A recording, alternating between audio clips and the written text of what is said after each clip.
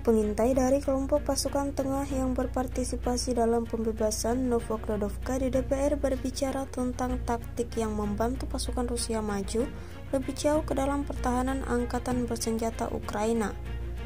Komandan kelompok pengintai dengan tanda panggil Pisar mencatat bahwa mereka menemukan posisi musuh, menciptakan kondisi untuk artileri dan mortir.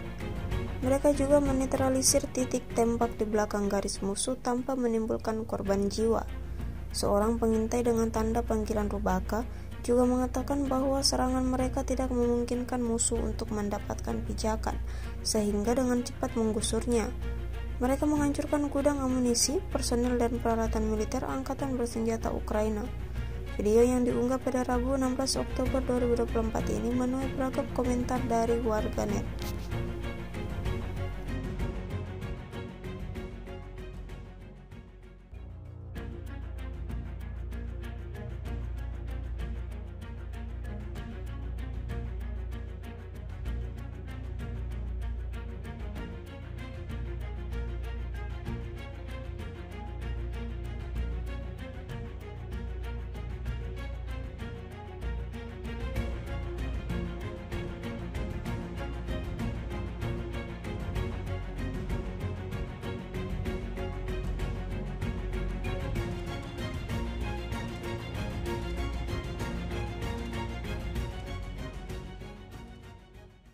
Download Tribun X sekarang, menghadirkan lokal menjadi Indonesia.